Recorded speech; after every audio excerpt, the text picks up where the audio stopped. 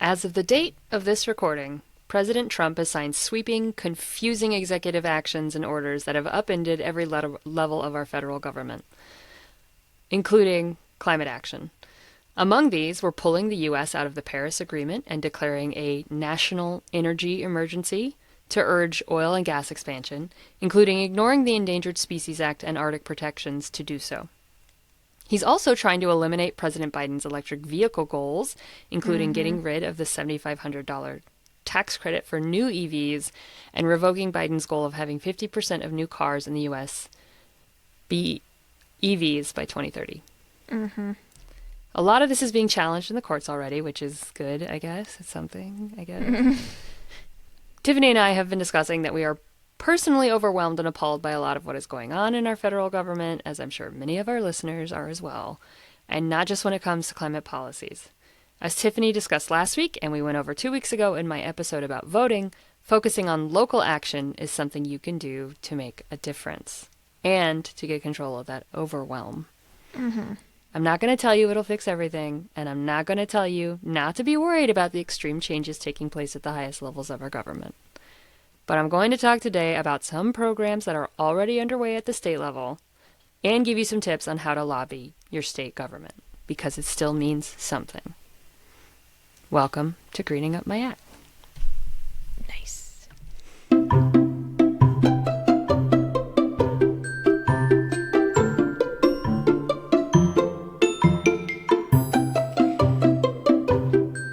right. Yeah, so this is going to be a little bit less probably chit-chatty than last week's, which is fine because I thought that was very healing for me. This is a little bit more focused just on lobbying. Let's get down to business. Yeah, I think you'll find that a lot of what you can do at the local level is pretty much what you can also do at the state level in a lot of. I figured. But maybe I'm going to focus more on like how to actually lobby. Okay. Yeah. So not just like attend a meeting. Which I thought you brought up some really good points. So first I'm going to go over my sources, and I had a lot of them this week. The Network for Business Sustainability had an article on how business leaders can lobby for climate action. Inside Climate News had what to expect from state governments on renewable energy policy in 2025. Greenpeace had one called Lobbying 101. The American College of Radiology, this is the curveball here, had 10 tips for lobbying state legislatures. I thought this was really interesting. That I'm like, radiology, yeah. And PBS had, here's what to know about Trump's executive actions on climate and environment. Oh, that's a good one. Yeah. So, okay. I just kind of wrote this out in paragraph form rather than bullet points, so we're just going to kind of bounce around a lot of things. But That's fine. The first thing I wanted to discuss is, can we expect more states to enact pro-climate legislation? Since we're probably not counting on the federal government to do anything, it's kind of up to the states to decide what legislation they want to pass locally to enact environmental change. So the rough answer there is probably not. For the most part, states that have voted to create clean energy policies in their own state borders have done so because they had democratic control of all three branches of state government. Okay, there were 17 of these states before the 2024 election, and now there are 15. We lost Michigan and Wisconsin. Most of them pledged clean energy programs already, right? And it's highly doubtful the 23 Republican-controlled states and 12 divided governments will do much to control carbon output or champion clean energy, conservation, or alternative fuel research. Just as a guess. But what are some state programs already addressing climate change? So there's something called the 100% Club. Do you know what this is? No. Okay.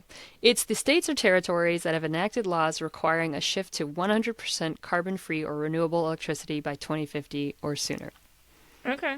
So that was something that President Biden championed during his term. He was trying to get legislation passed in Congress, but it didn't. So he set those goals, saying that he wanted 50% of vehicles in the United States to be EVs. They're goals. They're not laws. Right. So Trump is trying to reverse those. But these states already signed on to those ideals. Some of them by 2050, some of them by 2035. So some of them are kind of aggressive that way. There are 13 states in that club, including the territories of Puerto Rico and the District of Washington, D.C. Okay. So they will continue to enact those laws and find ways to mostly switch their electric grids to renewable sources, is the idea. Okay. Yeah, DC's done some pretty cool stuff, actually. Yeah. Yeah. Taxation without representation. Good. Right. Mm-hmm. But yeah. Other things that have happened, New Jersey's governor issued an executive order saying he would do this, which means when he's out of office because his term ends in November, it could be struck down. Mm-hmm. So that's not state legislation. That was an executive order. He's basically doing the same thing Trump did for his state, right? Louisiana and Wisconsin have similar executive orders in place by their governors, which again means they will be enacted until the next administration knocks them out or they're challenged by the courts. Maryland passed a measure setting a net zero emissions goal, but doesn't have a requirement or goal for its electrical grid. So I'm assuming that means state entities will have zero emissions. So Yeah. net zero, probably that means tree planting programs, et cetera, as well. Maybe, yeah. So I didn't look into the details of that. Mm-hmm. But Colorado doesn't meet the 100% club standards, but it does have a law requiring its largest energy utility to shift to carbon-free electricity by 2050. Okay. So if you're in these states, your work isn't done, but it's a good start. Mm-hmm.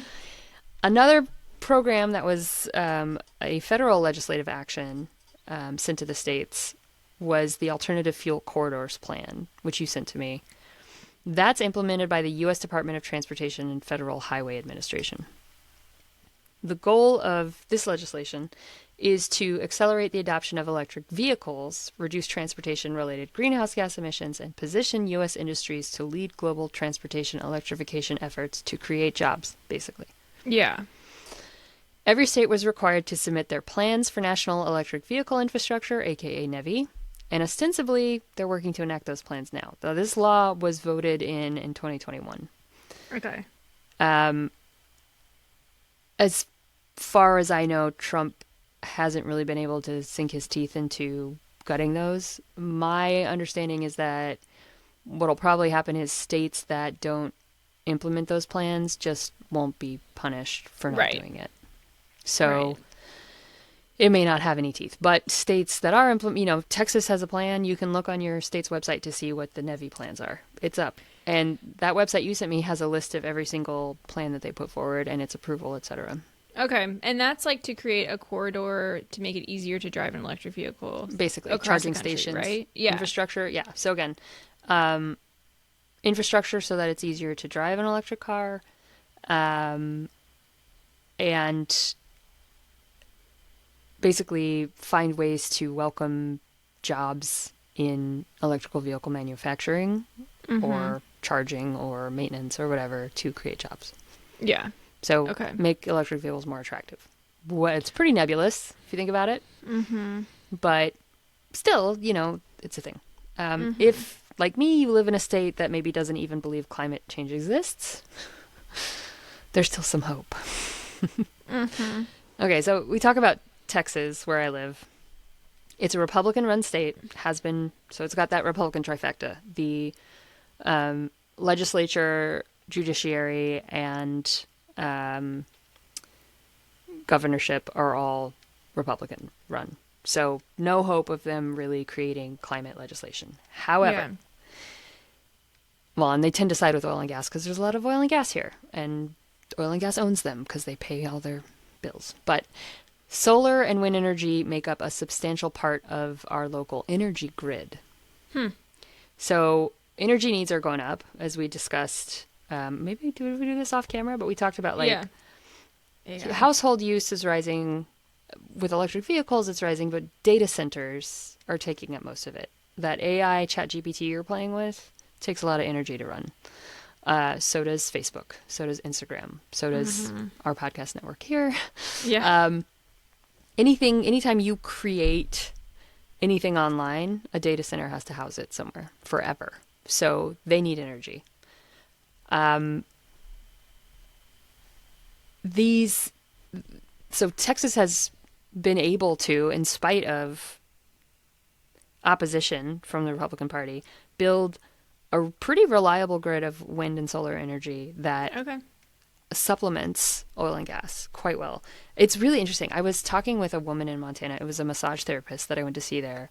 And we were talking about when the grid basically failed in Texas. So Texas is its own separate grid from the rest of the United States. There's like Right. an east corridor, a west corridor, and then Texas is its own private, well, state utility, state grid. And so if something goes wrong, we can't rely on other Yeah. grids to like power us. But I remember talking about the 2021 giant freeze, where my power was out for a week because the grid couldn't withstand the freeze. Literally, our power plants froze, Yeah. and they couldn't generate enough electricity for everyone. And like lots of people died from this. And I was talking about that, and she was like, "Oh, it's because of the wind and solar." And I was like, "No, actually, it was because of restricting wind and solar that the grid didn't function. Like wind and solar are extremely reliable, and there's this whole PR thing from oil and gas to tell us that it's not. So actually, like most of our grid is held up and bolstered by these villainized renewable energy sources, and Right. we're shooting ourselves in the foot. It also creates a ton of jobs. Yes, I know.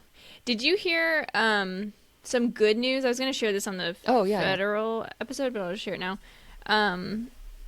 The Supreme Court allowed, I think it was California, to go ahead with their lawsuit against the oil and gas companies, Oh, yeah. saying that they knowingly misled the people and hid data and lied about their about oil's impact and greenhouse Its gases impact on, I think that's on climate fantastic. change. Yeah. Yeah. So that means that like all of these, the fact that the Supreme Court let that go I know they're through, like, yeah, sure. I mean, they basically just said honestly, you could sue them. That's all they said, I know, which means but that another court is going to have to find them, liable. yeah, but I was still like, whoa, Yeah. kind of, I was shocked, but so yeah, so it's allowing all of these lawsuits to go through, and it's like a precedent now, so Yeah. you can sue for that. Yeah. So I mean, that's huge. Who knows what the hell it's gonna turn Yeah. out like now? I wonder, but and will they just like the villains they are, just raise energy prices to be like, well, this is what you get if we have to be tied up in litigation, and then I don't know. There's I all don't kinds know. of. They always find some loophole to make it worse for everyone rather than better. yeah, but they're not infallible, and It's they're No, not and immune. They're not. Yeah. they're not perfectly Teflon. Yes. Yeah. Unf- Which is, yeah, a good analogy. I mean, that's great. Yeah. And, so if you are a state like Texas where renewable resources actually are doing something for your energy grid, cutting those back is like real bad, just on a physical level. If you say you don't want to do them anymore and restrict their use or like try to tear down what already exists, you're going to get in a lot of trouble just from not, there's no way oil and gas can cover that energy. Another thing we've talked about in the past when we were talking about EVs in our electric vehicle episode, most of the jobs created by building electric vehicles and that infrastructure are in red states. So, Yeah, we did talk about that. yeah, cutting those programs is shooting yourself in the foot.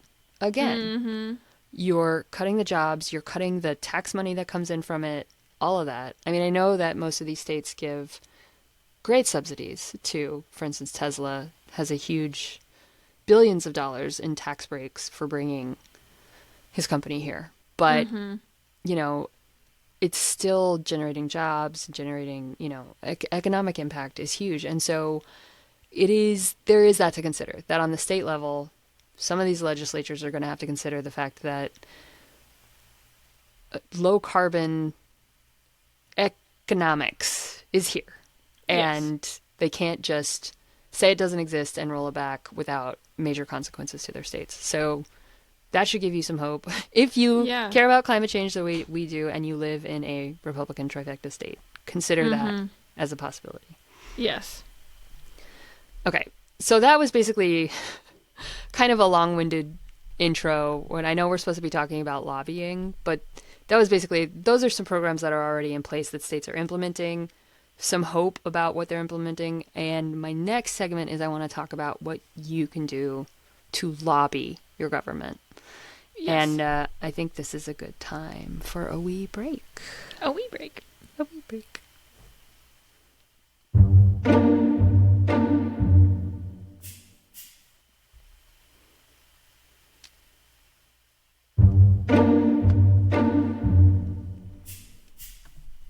Okay, welcome back. Welcome back. We're tearing through my paragraphs here. We have just discussed a couple of state-led climate initiatives that are probably not going to be torn down, and some facts. Well, now we're going to talk about lobbying, which means talking to your state government. And I just wanted to give a couple facts and figures. Okay. Lobbying scares me, but go ahead. Okay. Yeah, fair. I think you'll find that similar to your actions you can take in local government, you'll find that lobbying actually has several levels. Okay. Okay, first of all, money talks. The companies doing the most talking when it comes to climate policy are the oil and gas companies because they have the most to lose. Yeah.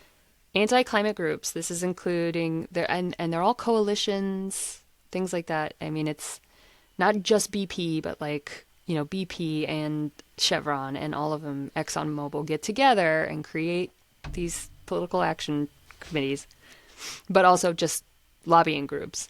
And they spend somewhere around 500 million every year to block low carbon policy in the US. That's less than I thought.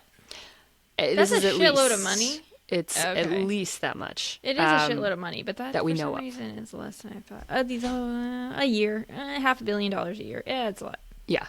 Well, environmental organizations spend less than 3% of that amount on lobbying. And I don't have that kind of scratch. I don't know about you. I don't even have $1 million.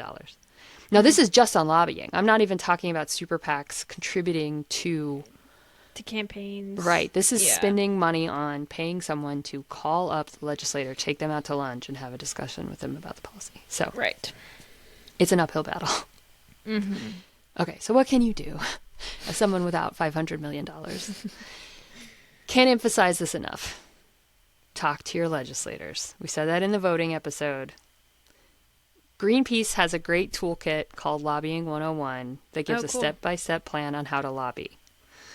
They're talking about a Biden era law in that blog, so it's kind of outdated, but it still has a bunch of templates for like how to,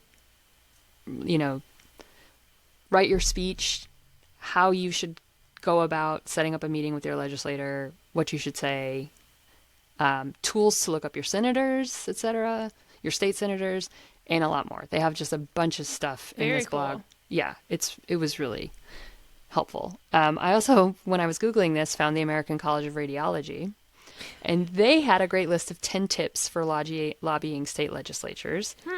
Okay, they were talking about radiological matters, of course. Yeah. But the tips apply to any time you want to talk to your legislators about policies that you care about.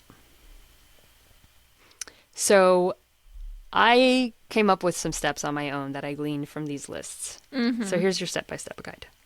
Number 1, find a specific piece of legislation that's already been drafted that addresses something that you care about. This gives you both something specific to concentrate on and relevant to talk to your legislator about. You can call them up and say, you know what? I don't like that the sky is cloudy. Can you do something about it? They're not going to take you seriously. But if you know this piece of legislation. Yeah, right? So, okay, first, find the piece of legislation. That might be somewhat difficult, but again, everything is online. State governments are required to keep these records. Yeah. You can see every piece of legislation that is proposed. Find one on climate change that you care about, that affects you. Number 2, educate yourself on that legislation. What it says, what it means, what the implications would be if it was passed as law, and how it impacts you personally, economically, your friends, your neighborhood. Do that research. Okay. Number 3. That's a pretty big ask. It can be. I think on a lot of legislative issues, especially at the state level, they're not like the U.S. federal Congress has so many pork barrel, nonsense things. They're full-time legislators. Most state and legislators have other jobs. Oh, okay. So they can't necessarily spend as much time writing. I mean, some of them are. There are ridiculous laws, but that's why ridiculous laws get passed, right? It's because we're like in Arkansas, you can't leave the house without your legs shaved on a Sunday afternoon or something. Like there's laws like that on the books. Yeah. And and it's just because nobody's had the time to repeal them and nobody enforces them. But there tend to be at least once a legislative session something that you probably care about in terms of climate. Find one. Not all of them. Just the one.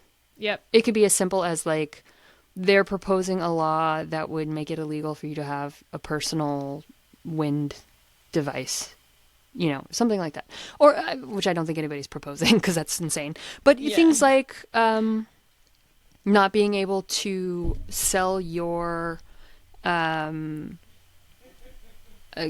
credits from your solar panels back to the grid or something like that. Right. There's legislation about that all the time. Find one of them. Yeah. The simplest one you can understand that affects you and that you care about. Then, step 3, figure out how your local legislators stand on that issue. Okay. You're more likely to get traction, obviously, with the legislator who at least somewhat agrees with your stance. Obviously, whether it's a yes or no vote.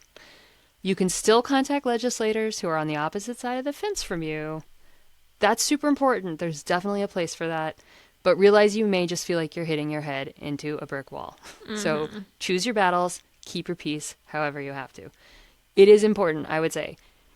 If you find a legislator who disagrees with you, send them an email, send them a note. Do not put all your time and effort into it if you don't have a lot of time and effort to spend. Because it's going to suck. Yeah. But it's important still to let them know. Because again, nobody does this. Nobody does this. Yeah. Okay, next, send a message to your legislator about your stance. It could be a phone call. It can be an email. It can be a letter. Use personal examples. Be brief. Be concise. Be specific. Respect their time. Respect your time. Keep those things in mind. And usually, at least I know when you call your congressman, you're not talking to no. When I was in Indiana, I wasn't talking to Mike Pence. You're talking to their interns or whatever. You are. And at your state legislative level too, you're going to talk to their administrators. Yeah, and they will take your, take get a the note. message. Yeah. However, there's another way to go about that. That's kind of the simplest way to do it. The next is get other people involved. Okay, you could stop at step 4. Just send a message. But this is, we're really getting into lobbying. Step 5 is get a group. Safety in numbers. Yeah. Voices in numbers. Community is huge. Meet with friends who have the same issues. Find a board or a group, we talked about that, in your community you want to support, a nonprofit that's doing the work. Bind together. Help them organize. You'll probably find people who are already doing what you care about and have a lot more experience doing it, like, for instance, Greenpeace. They have organizations already in place. So you can follow their lead and support them without having to start from scratch. Yes. But the more you know about the legislation, the more useful you will be in this situation. Sense. Yeah. If you can. Oh, go ahead. Well, no, I was just going to use an example. I briefly was involved in this childcare campaign. I think it was called Campaign for Childcare, where they were trying to get parents involved and going to state legislature, or actually at the federal level too. They made a couple trips to the federal level, and they've gotten really big. I started when it was really, really small. It was like, I don't know, 20 of us or something. And then it was one of those things that I volunteered for, and I was like, this doesn't spark like joy. I should care about this more than I do, because it's like every day I hate it, and it's absolutely ruining my life how expensive daycare is. But it wasn't it ain't trees. You weren't into You know it. what I mean? Yeah. Right. You So find what I you care just I about. didn't have that kind of drive, but it is a really cool example Yeah. of Group their action. yeah, and To they've done lobby. some really cool stuff. They've like they made all of these sort of like they like visual art kind of to get their point across. They Yeah. came up with this whole campaign theme. Like it's been really cool to sort That's, of witness from afar. But yeah. No, that's awesome. I mean, and that, yeah, that's exactly what. and that's just all that's basically Instagram, and Yeah. then they meet up on I guess they talk on Discord, but Yeah. Lobbying doesn't have to be an NGO or a Yeah. $500 million campaign. It can be, yeah, extremely grassroots. mm-hmm. So the next thing I'm going to say, this is where it gets kind of, people probably drop off. Set up a meeting with your legislator. That's where that Greenpeace toolkit is like, here's how you call them. Here's when you call them. Here's when you follow up. Here's the notes you need to take. Here's the script you should use. You know, things like that. So they recommend definitely get a group together. If you're going to meet with your legislator, Okay. get a group. Okay. They have a lot of great tips about, like I just said, how to get the meeting scheduled in the first place. It can be tough. A lot of state legislators don't have a lot of time, but they are often happy to meet with their constituents, especially if it bolsters their ability to get reelected or show some good PR on what they're doing or what they stand for. It also, again, if they can go into the legislative chambers with evidence like, my constituents say this law will ruin their lives in these specific ways, that helps them quite a bit to try and Yeah. get legislation passed. Because so much of legislating is trying to convince the other side to just come a little bit this way, right? Uh-huh. Okay, so the next step is keep doing it. If you work at a nonprofit or organization, get legislators on your mailing lists for newsletters and press releases. You know, if you have that Instagram group, follow them on Instagram, send them your stuff, make it easy for them. Give them the talking points. As an individual, if you commit 30 minutes 6 times a year, so once every 2 months, to reaching out to a legislator, you'll communicate with your legislators more than 99.9% of the public. Wow. Wait, how Wow. often was that? Every It's 6 months? 30 minutes 6 times a year. Six So times a year. every 2 months. 30 minutes. Wow. Lobbying your government is not a one and done proposition. Mm-hmm. It takes a long time to enact change. And I mean this as an encouragement. The only time you fail is the last time you try. Mm-hmm. So keep trying. And once they get to know you and build a relationship with you, that makes a huge difference. Because they might call you and say, hey, do you know anyone who feels a certain way about this legislation? I'm trying to get this legislative item passed. Can I count on you to spread the word or find someone who could speak on this? Things like that. Yeah. It's a reinforcing circle. You might Yeah. be the annoying, crazy person who, they can't stand. But if you work with your legislators who agree with you, you're likely to build some traction in different ways. So, Yeah, totally. and the last step was be prepared to be a good loser.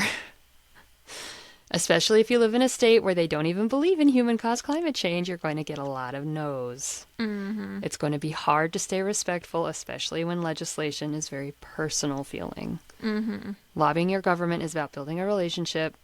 It will take compromise and grace, which is really hard for me to preach right now. But it's important to remember that that's the purpose of lobbying. Burning it all down is a different thing.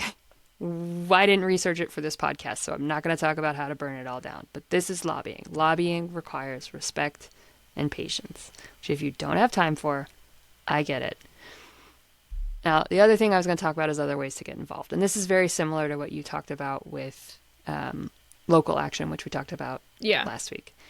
So we probably sound like a broken record, It's but fine. beyond contacting your legislators directly, join an environmental nonprofit as a board member or volunteer, because they will do a lot of work with state ledge. Run for office yourself. Yeah, I didn't talk about that. Yeah. I mean, we talked about that's one thing.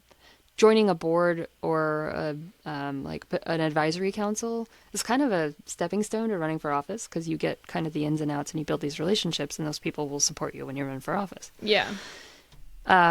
get involved in community or school education on climate change. Mm-hmm. So, um, person like me can't just walk into a school, but I could, volunteer at the library and offer to bring in speakers who know more than I do, or, have a Q&A with kids, find Yeah. books that, promote the cause, things like that. Yeah, or like I said, fight for environmental educators in schools. Yes, that too. That's big. Keep, keep, oh boy, that's a big one in Texas, is like Oh God. what they're allowed to teach and what they're not. That If it's not in the Ten Commandments, we don't need it. is insane. Yeah. And the last thing you can do is go to a climate rally. So march. Mm. Go march. Mm-hmm. Those voices add up and they do matter. And again, you'll be building community with like-minded people, which is Yeah. very energizing and very helpful. Mm-hmm. Okay. Unless you're in a rally and you're so surrounded by people that you start having a panic attack. There's that. Like I happened with me. yeah, I freak out a little bit, especially given our current state with bad actors and lone wolves who take it upon themselves to just shoot people. I get Ugh. very. I can't go to a concert without like finding the exits, and I know. I know. I feel the same way about like movies and stuff. It's awful. it is. Yeah, Oof. this is at the women's march. Yeah. But I went to that one. What was it called? It was like years ago in New York City. It was like where all around the country there were Occupy millions of- Wall Street. no, it was climate specific. Okay. But it was like 1 million march or something. I don't remember what it was called. Um, I went to New York City and marched in that, and that was really pleasant actually because it was so spread out Yeah. because they set it up really well so you could.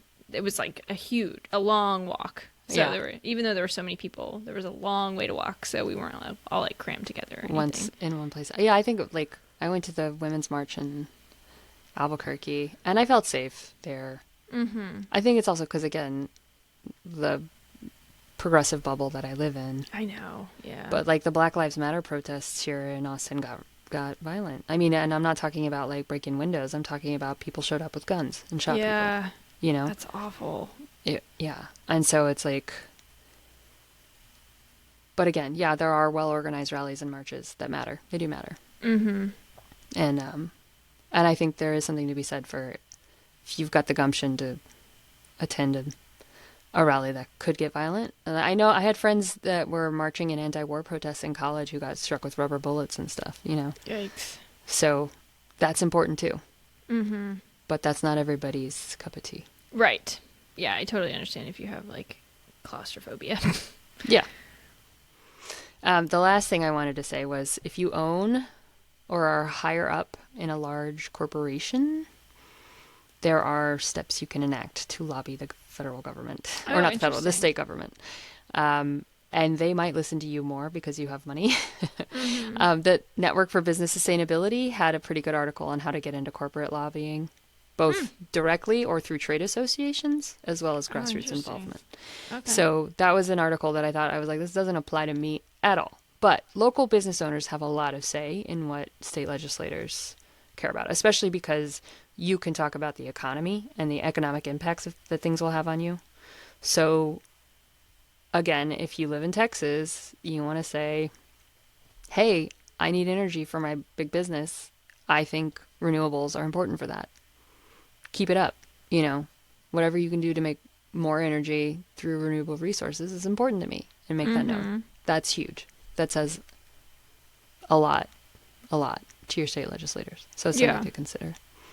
But I'm not a big business owner, and I'm definitely not a higher up at a corporation. Mm-hmm.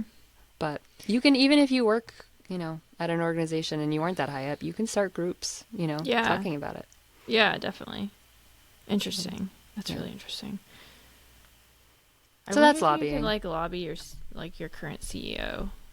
Not You lobby know what? him, but like if I could convince. I don't wonder know. if you It's could talk to him. interesting. Yeah. I worked for an IT services company that cared about climate issues, and like we made it, like we moved into a green building, and that was like a Okay. big part of, and trying to find ways to run IT services in a, that was great to work for that company. Yeah. In that sense. And Interesting. yeah. You don't have to be a climate change based nonprofit to lobby the government on behalf of eco matters. That's so. interesting. Which is kind of unfortunate because Money speaks again. Yeah. Big business, and it more and more, and I hate it more and more. But yeah, I mean, I just decided I'm going to talk about that next week.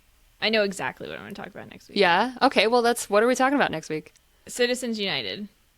Oh, damn. Okay. Yes, please. It's got to be. It's like the most important thing. The thing standing in the way between your individual vote mattering and yeah, and like money nobody talks talking. about it except for Bernie Sanders. Right. Okay. I would love to hear. Yeah. I'm okay. I like that. Okay. Next week's episode is all about Citizens United and how it's impacted policy. Yeah. Oh my God, it's so big. It's such a big problem. It might be 2 episodes. It might be. Yeah, because I was going to talk about, like, is it even worth lobbying the federal government? But that plays it right into it. Yeah. You know? Like, yeah. that's And here's exactly, why. Yeah. And I think you'd probably find the same exact steps that I just listed for your state legislators.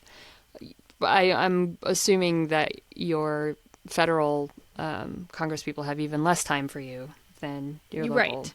And you're less likely to build. But you never know. I mean, I engage with mostly New Mexican legislators online because my heart hasn't moved out of New Mexico yet. Mm-hmm. And they probably agree with you more, but yeah. Yeah, every time my local, not everyone, not all legislators, but a lot of Texas hashtag not all legislators, but a lot of Texas, they post the most inflammatory just cruel things, just cruel policies. And I'm just, I can't follow that anymore. I want to be informed, but I'd rather find out through the news than from their spin, you know. And I feel that way about even progressive. Yeah. Like, I wish I could take it straight from their mouths what they're doing, but you really have to look at the news because they're just playing to your fear and your rage as much as anyone else's, especially on social media. So. Totally. Yeah. Cool. Okay, so not maybe as hopeful as your episode, which I really like, but we kind of got our wiggles out last week, and now this week this is just meat and potatoes. Yeah, no, that was really, really informative and really interesting. It's like, oh, maybe I know more about this than I thought. Yeah. Because I thought I knew nothing, so. You do. It's in there, and it's a thing just to encourage people to just do it. Just call them. I mean, even if you just do it once a year about one piece of legislation.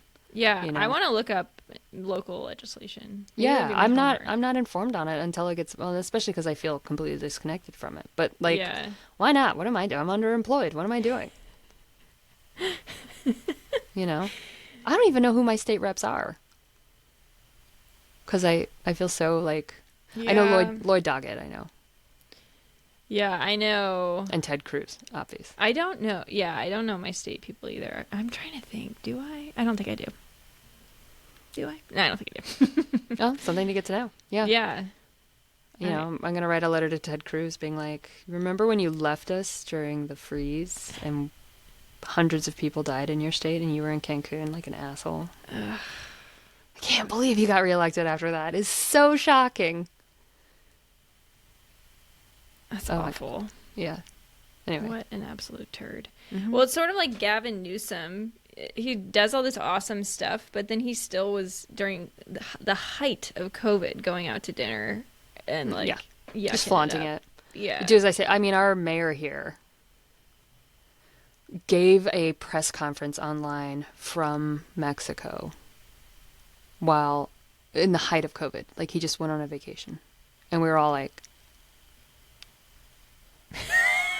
what an idiot. At least you're all in lockdown, but I'm not. Put a green screen up. Be like, I'm in my office at home. Oh, I mean, even then, don't lie to us. No, I know. I'm kidding. You know, I mean, it was just like, oh, none of you can leave, but I've got enough money and influence to get out of here. Yeah, it was just so tone deaf. Gross. Yeah. So anyway. But yeah. Okay. Yeah. So next week's Citizens United. I'm stoked. Yes. I'm gonna have to do a lot of I mean, I know the basics, and I'm gonna like explain the basics for anybody who's like, what the hell is Citizens United? I know about it generally, but it's been so long since I've thought about it, I know. and I know I'm missing a lot of detail. So Yeah. I'm stoked. You're gonna school me Old Testament style. Woohoo! I don't know what that means. I don't either. That usually means an ass whooping, I think. Old Oh. Testament style is like, Okay. and God smited them with, you know, I won't do that. I don't smite promise. me. Thank you. Appreciate it. We're not that kind of podcast. Right, not quite. Just hit you with a Oh. fish. She's 2,000 just- miles away. Mail a fish to you. Have your roommate hit you. Ada would love that. She'd be able Yeah, to she love would. Treats. it. Yum. Just like Awesome. salmon skin. Yeah. treats, dog Oh, treats. she loves them. Oh my gosh, those are so expensive though. I had to They stop are. buying them for Ruby because I was like, dude, sorry kid, but Yeah, not a you're kid. getting But- milk bone. Ada won't eat milk bones. We have Oh, liver really? treats. Yeah, she is such a picky eater. It's Oh so my God. funny. Ruby Yeah. will eat. I'm trying to think if there's anything she won't eat. Ada doesn't She like eats peanut Brussels butter. sprouts. What? Yeah, Emmett used to love Brussels sprouts. Yeah, she won't eat peanut butter. I give her popcorn because she'll come beg for popcorn. I'll give her a piece. She'll take it between her teeth and take it over to the carpet and put it down and like nibble on it and like tear it apart. Like she begged for pretzels the other night and Sean gave her a pretzel and I was like, let's stop feeding her. But he Yeah, gave yeah, her a yeah. pretzel and she went and just broke it into pieces on the carpet. No way. Just like pretzel crumbs everywhere. That's like, that was crazy. Best stick ever. Yeah. I'm full now. I love it. Yeah, she's just a weirdo. She's so That's funny. so interesting. But Yeah, she's Ruby. not food motivated at all. Okay. Ruby's is she like toy motivated? Sometimes. She's Okay. dog motivated. Oh. She wants other Interesting. dogs. So if there's Okay. another dog, that's all she wants. Okay. That's interesting. Which is rough because Yeah, that makes it harder. Mhm. Ruby's only food motivated. Oh, really? There's no other motivation. No other motivated. No, nothing that will get her even giving you eye contact Oh, other wow. than food. Like she's so stubborn. She's just like, no, I'm not Why going would to I do sit. that? And you're like, Like, oh, but there's beef involved. Yeah. Oh yeah, she'll be world's perfect dog for any kind of food. It's like Yeah. a pit bull thing, I think. It is. Well, and labs. And it And was a lab terrier people. of any sort. Terrier, yeah. They're Yeah. just like, They're so stubborn and kind of smart. I don't know if that's even real. If Yeah. there are certain smart breeds or not, but just like, yeah, it's the stubbornness that just kills me. But then you get food involved. And yeah. There you Well, go. Ada's a husky. And husky German Shepherd. So the German Shepherd is trainable. The husky is they are known for just impossible. I didn't know that, but I had a dog that was like half Malamute, which is really Yeah. similar. Yeah. God, she was Stubborn An and picky absolute- eater and Yes. just yep, she had her own Just ideas. Would she talk to you? Told you what she thought? She didn't have that in her, no. Oh, okay. But I'm sure I've heard of huskies. Ada Very does it. chatty. She's just like in the morning. She's like, "It's walk time," and she goes, "Ow, ow." So when or today when I fed her because she hasn't been eating, so we've been feeding her, and then she just leaves it. But I fed her breakfast and then lunch because we can't feed her like more than one scoop at a time. She Oh won't my eat it. god. Such a princess. And so I fed her breakfast, and then I fed her a scoop for lunch, and she barked at me because she was done and she wanted more. She was like, "Hey." So I came and gave her some more, and I was like, "Oh, she's hungry." Interesting. Mhm. That's funny. Ruby is a whiner, which I think is a pit bull thing. Yeah, I think so. Just like so loud all the time. And I'm like, God, it's so annoying.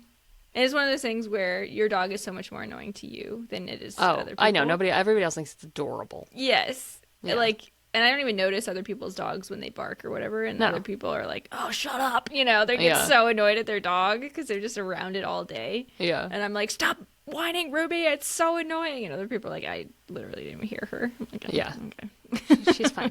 She's so cute. Yeah, I love her. Yeah. Yeah. Deals. So, but take her in a car and you won't love her so much. It's Oh, an Ada hates absolute cars. nightmare. Really? Yeah. Did she vomit? Did she get She car used sick? to. Oh. Now it's just she's in the back seat right here with her whining and just awful. Did you ever see the webcomic Hyperbole and a Half? No, I think you've talked about it I've talked before. about it. Yeah, I need to send you the one about her idiot dog. She's like, who vomited and was like, I made food for myself, so she eats the vomit, and then she vomits again. Gross. Yes, That's but awful. she did the same thing in the car. She would just go, ee. Oh, it's so bad. Yeah, she used to vomit, and that was bad. We once took her camping in, why can't I think of the huge park in Virginia? Starts Not with the an Shenandoah. Yes, Shenandoah. Jesus Christ. I was like, Saskatchewan. Why is that coming? No, that's up north, honey. Yeah. No, but yeah, Shenandoah, which is like very windy roads. So she Yeah. puked like twice on the way there. God. And we got out, cleaned it up kinda the first time, and then happened again. We're like, this was a bad idea. Throw the girl some trazodone and a Benadryl, knock her out. Yeah. Poor puppies. Yeah. What does Ada do in the car? She sleeps. She just that's not conks bad. out. No, it's not bad. But she won't get in the car. Oh, okay. And there's no treat, there's no toy. She hates, even though she goes fun places. Obviously, we go to dog park. We go to she loves the vet. She loves, I take her to the pharmacy to pick up my prescription sometimes, and she gets a new toy every time I go. Like, it's fun. She just won't get in the car, and So she will interesting. husky pull against you as hard as she can. So you have to pick her up and put her in. Hilarious. That is funny. Ruby would get in with a stranger, no problem. Oh, really? I think she loves it. I think that's a problem. Why she's just too excited. Yeah. That's excitement. She's so Yowls. stoked. Yeah. Emmett loved she car actually rides too. Yeah. did run away once and get in a car with a stranger. Oh, really? They were like, she just jumped in my truck and like, no problem. I'm like, yeah, that's Cool. not surprising. Thanks. The candy tastes better in my car, apparently. Yeah. Emmett would be concerned that I would leave him. And so if I Okay. went to the car, like if I forgot my water bottle in the car and went to the car, he would follow me. And like if I open a Make door, he would sure. get in and like wait for me. Like one time I was like loading the car up for something and I couldn't find Emmett and he was in the car. Like, Oh my God. He's locked in like, what happened? we going? Yeah. So good. Yeah. And I also, because my car is parked in my backyard, because there's a gate that opens, because I have a carport under my patio here. I would have to, and my back door leads directly into the backyard so what I'd have to do is get Emmett in the car, drive around to the front, close the back gate, drive Emmett around to the front and let him out in the house. Oh my So God. that he could go out the doggy door, while I was gone. And so, but that was our system. Anytime I left the house, he would get in the car. And Ada just won't do it. She will not. And I'm like, look, okay, fine. So I have to like close the back door that has the doggy door, drive around in the front, come back through, reopen the dog, like. Oh my She God. just won't do it. That is hilarious. Yeah. Dogs are crazy. They're so great. They are. I'm going to go snuggle with her now. Yeah, Ruby's she's been hanging out with me in my sunroom while I've been working the last couple of days, and it's That's so nice. She's over there right now, just sleeping on the chair. I can show you. I think Ada's in the living room. Oh, yeah, let's Oh, no, wait, I forgot. I have a friggin' Oh, yeah. the right camera. the webcam. There she is. Oh, she's in her little chair. Yeah. What a cutie. I got that patootie. chair on Free Cycle, It's nice. that, and the ottoman. Yeah. Oh, that's awesome. That's a great little sitting area. I know. Thank you. Your office is, I'm not going to show you my office. My office is a freaking mess. Well, this is half office, half, like, TV space. Yeah, So, that's yeah. cool. It's not like, I don't entertain clients here or anything. Oh, no, please. I love when I have to have like an interview or something and I have to like clear everything out of view Yes. from behind my camera and like, yeah, no, I don't have like a sewing machine and a blow up mattress and the air filters I can't get rid of because I replaced my HVAC and I don't need them anymore and I need to donate them to, whatever. And they're just, like, just angle the camera better. Yeah. You should see my desk. It's actually not too bad right now, but sometimes. Woo-wee. Oh man, my desk is a nightmare. Natural disaster. Okay. Anyway. All right. This is fun. All right. So find us on Instagram if you haven't already, or YouTube.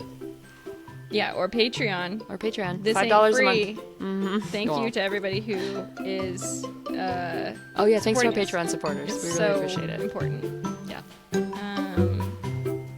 What else? There's like 13 seconds. Take care of yourselves Yes. and Don't watch too much news. yeah. Go do something else. Yeah. Go outside Yeah. in the sun.